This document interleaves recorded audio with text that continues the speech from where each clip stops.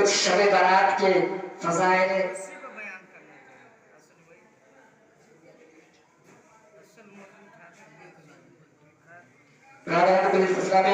جب اللہ تبارک و تعالیٰ کو ہماری ضرورت ہے عبادتوں کی ضرورت ہے تو پھر بھی اللہ تبارک و تعالیٰ کبھی شب معراج دیتا ہے تو کبھی شب قدر دیتا ہے تو کبھی شب برات دیتا ہے تاکہ بندہ اب قریب آ جائے. بلکہ شب معراج اور شب قدر کا حال تو یہ ہے کہ اگر کوئی کہیں بھی معافی مانگے اللہ تبارک و تعالیٰ پھر بھی انہیں معاف کر دیتا ہے. اللہ حضور اللہ تعالیٰ علیہ وسلم ارشاد فرماتے ہیں کہ شب برات میں اللہ تبارک و تعالیٰ بنو قلب کے بکریوں کے بالوں کے تعداد کے برابر اللہ لوگوں کی مغفرت فرماتا ہے اور ایسے کو بخش دیتا ہے جن پر جہنم کا عذاب نازل ہو چکا تھا, جن کا نام جہنم کے فہرست میں لکھا جا چکا تھا. اللہ تبارک و تعالیٰ اس رات میں ایسوں کو بھی بخش دیتا ہے.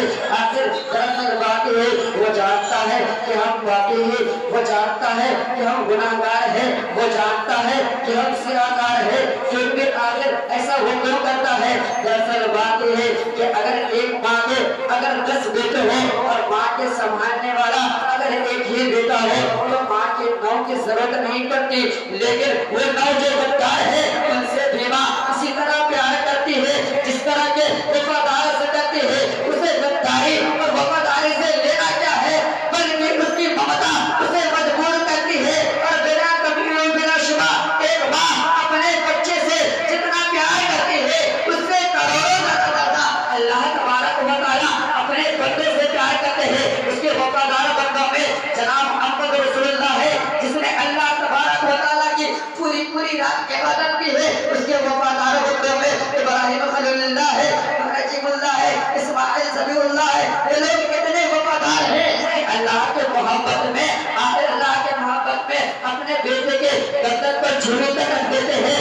اللہ کے محبت میں اپنے بیٹے کے گردن پر چھری تک رکھ دیتے ہیں. ابراہیم کتنے وفادار ہیں کہ اللہ کی محبت میں آگ میں تک بھول جاتے ہیں.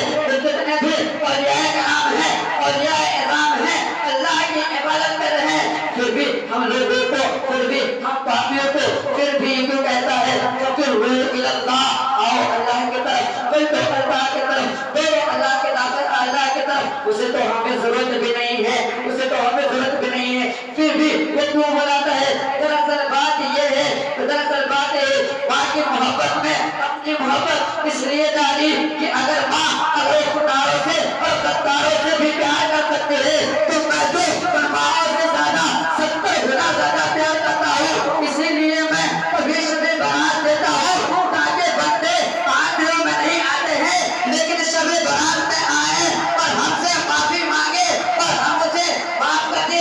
اگر کوئی نہیں بھی معافی مانگے پھر بھی اللہ تبارک و تعالیٰ کا رحمت اتنا کرم کرتا ہے کہ انہیں بنا معاف کیے بھی انہیں اسے بخش دیتا ہے. اور نبی کریم صلی اللہ علیہ وسلم ارشاد فرماتے ہیں کہ اے عائشہ تم جانتی ہو کہ اس رات میں کیا ہوتا ہے؟ حضرت عائشہ ارشاد فرماتے ہیں بتلا دیجئے کہ اس رات میں کیا ہوتا ہے.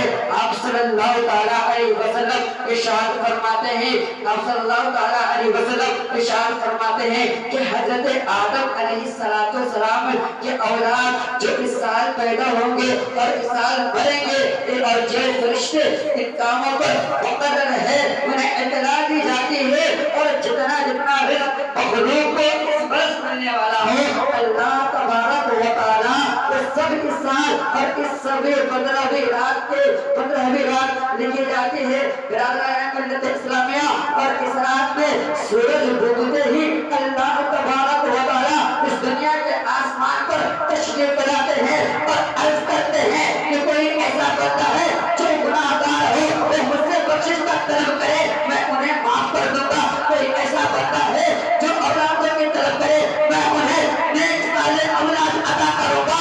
کوئی ایسا بندہ ہے جو رزق کا مارا ہے میں انہیں رزق عطا کروں گا.